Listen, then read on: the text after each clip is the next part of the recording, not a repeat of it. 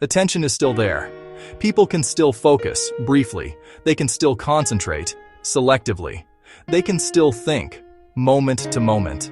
What's changed isn't intelligence. It's continuity, the ability to stay with something long enough for it to fully form.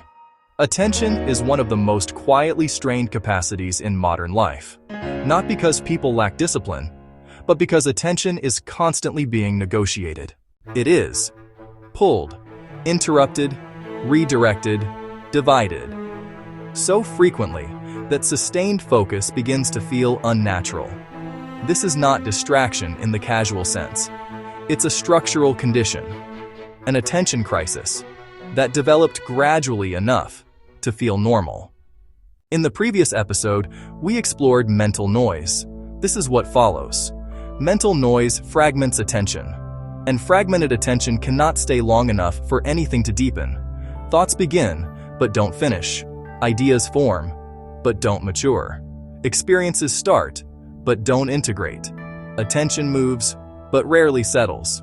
Attention is not just focus, it's the mechanism that allows meaning to form. When attention stays with something, patterns become visible, connections emerge, emotions become clearer. Without sustained attention, experience becomes continuous, but shallow. Things happen, but they don't fully register. Modern environments are built for responsiveness. Notifications demand reaction. Feeds reward novelty. Interfaces encourage switching. Each interruption feels small, but they don't disappear. They break continuity. And when attention is broken repeatedly, it loses the ability to stabilize. The mind becomes good at starting, but less capable of staying.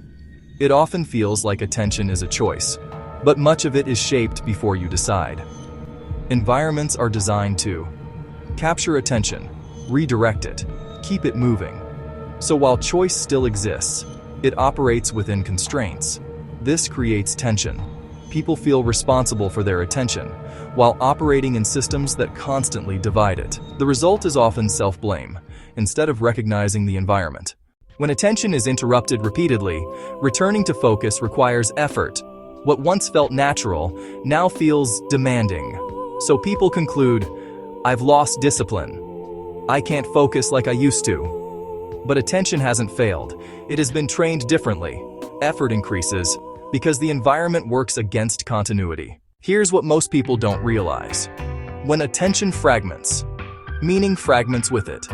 Sustained attention allows layered thinking. Without it, thinking becomes reactive. People respond quickly, but explore less deeply. Opinions form faster than understanding. Conclusions arrive before integration. This is not a decline in intelligence, it's a shift in conditions. Attention is tied to emotional stability.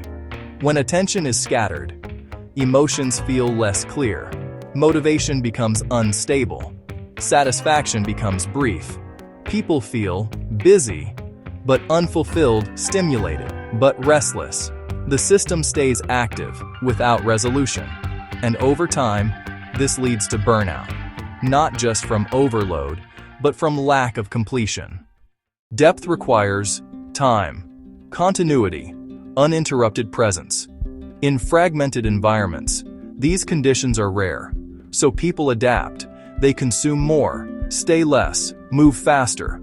Over time, depth begins to feel unfamiliar, not because it lost value, but because it lost space. Attention shapes identity. What you return to repeatedly becomes familiar. What you stay with becomes meaningful. When attention is scattered, identity becomes less defined. People may feel uncertain about what matters, unclear about direction, not because values disappeared, but because attention no longer reinforces them. Attention supports learning, empathy, creativity, meaning. When attention weakens, these capacities weaken with it, but this doesn't appear suddenly. It appears as restlessness, shallow engagement, ongoing dissatisfaction, which is why it's rarely recognized as a crisis. Recognizing this changes the approach. The focus shifts from forcing discipline to protecting attention. small changes begin to matter. Fewer interruptions, longer engagement, intentional pauses. Attention recovers when it is allowed to complete. As attention weakens, something else becomes difficult. Not just focus, but the ability to stay with discomfort, complexity, uncertainty. And this leads to the next pattern. Why depth now feels uncomfortable. If this reflection resonated, pause before moving on. If you value long-form explorations of human behavior, consider liking this video so others can find it. Subscribe for future episodes of Wellness Hubnest, and share below. Where do you notice your attention being pulled most often?